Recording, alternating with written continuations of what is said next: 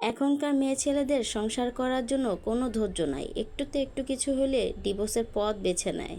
আগে আমি নানু দাদুকে দেখেছি এত ধৈর্য সহকারে যে সংসারটা করেছে, এত কষ্ট পেয়েছে, তবু আমার নানার হাত ছাড়ে নেই, আমার দাদার হাত ছাড়ে নেই।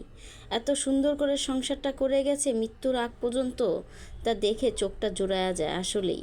আসসালামু আলাইকুম, সবাই কেমন আছেন? আলহামদুলিল্লাহ আমি ভালো আছি। ভিডিওটা দুপুর থেকে শুরু করেছি, দুপুরে রান্নাবান্না থেকে শুরু করলাম। তো সকাল সকাল মুরগি ভিজিয়েছি, মুরগিগুলো খুব সুন্দর করে ধুয়ে নিচ্ছি, মানে কেটে ধুয়ে নিচ্ছি।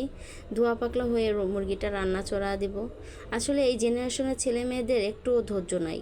আগে আমার নানু দাদুকে দেখতাম বা আশেপাশে ময়মুরব্বির দিকে দেখতাম এত সুন্দর করে সংসার করতো, এত কষ্ট করেছে, খানা পিনার সব কিছু কষ্ট করেছে, তবু কখনো তার স্বামীর হাত ছাড়েনি, কখনো ডিভোর্সের পথ বেছে নেয়নি।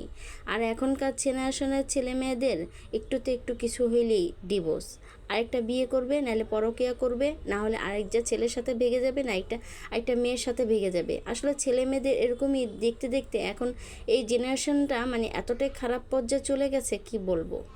ধৈর্য সহকারে সংসারটা করতে হয়, সংসার মানেই ধৈর্য। আর এই ধৈর্য যারা আছে তারাই সংসারে টিকে যেতে পারবে।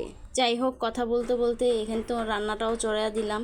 প্রথমে আমি কিন্তু মাংসগুলো ভালোভাবে ধুয়ে নিয়েছি, তারপর একটু ভাজা করে নিয়েছি, তারপর এর ভিতরে একটু মানে পেঁয়াজগুলো স্লাইস করে নিয়েছিলাম, স্লাইস করে দিয়ে তারপরে এর ভিতরে হলুদ মরিচ সব কিছু দিয়ে ভালোভাবে কষিয়ে নিয়েছি। এভাবে কিন্তু আরও একবার রান্না করেছি, আজকে আপনাদের সাথে শেয়ার করলাম।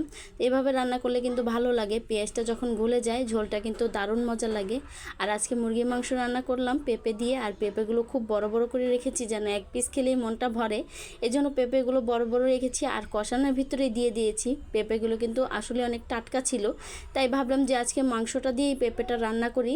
তো এখানে এই তো পেঁপেটা ভালোভাবে সুন্দর করে দিয়ে কষিয়ে এখন আমি একটু গরম পানি দিয়ে দিলাম। এর ভিতরে কিন্তু ভালোভাবে সুন্দর করে ফুটে গেলে তারপর আমি জিরার ফাঁকি দিয়ে দিব।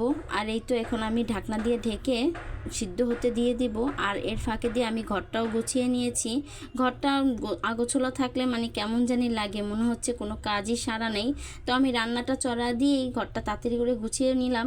আব্বু আবার নামাজে চলে গিয়েছে, তো উনি নামাজ থেকে ফিরে আবার খাওয়া দাওয়া করবে, এজন্য তাড়াহুড়া করতেছি। আর এই তো এখানে আমার রান্নাটাও হয়ে গিয়েছে। অনেকটাই মজা হয়েছিল আজকে মুরগি মাংসটা পেঁপে দিয়ে রান্না করেছি, তো ভালো লেগেছে। আর অনেক দিন পর পর যদি পেঁপে বা আলু দিয়ে খাওয়া হয় ভালোই লাগে। অনেক টাইমে তো আলু দিয়ে খেয়েছি, আজকে অনেক মাস পর পেঁপে দিয়ে খেলাম। আসলে মুরগি মাংসটা অনেকটাই মজা হয়েছিল, আর কালারটা কিন্তু মাশাআল্লাহ অনেক সুন্দর আসছে।